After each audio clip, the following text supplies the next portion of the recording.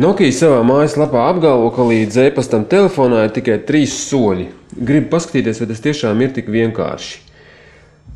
Tā, pirmais, kas ir jādara, ir jāaktivizē e-pasta uzstādīšana, kas ir šeit arī ir redzams uz ekrāna. Tā, kad es to nospiežu, sākt e-pasta uzstādīšanu.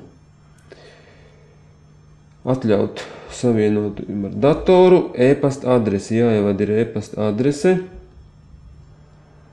Jāievada parole,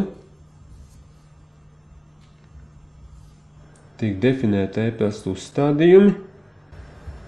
Paskastīte ir izveidota, mēs viņu atveram.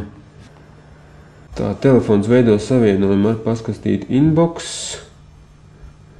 un tiek ielādētas vēstules.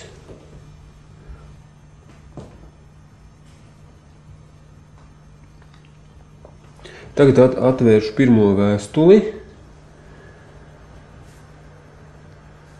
kurai ir pievienots klāt dokuments.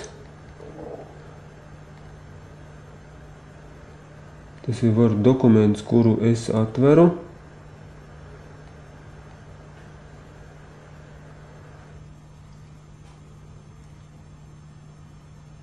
Un var pārslēgt uz rediģēšanas režīmu un veikt šajā dokumentā arī kādas izmaiņas. Nu ko, tas tiešām ir tik vienkārši, kā Nokia savā mājaslapā apgalvo. Man bija jāieraksta tikai e-pasta adrese, paroli. Pārējo visu paveic telefons pats, visu konfigurēšanu, un es saņēmu visus e-pastus, varēju atvērt visus klāt pievienotos dokumentus, rediģēt viņus, sūtīt tālāk. Nu ko, nu forši, ko lai citu saka?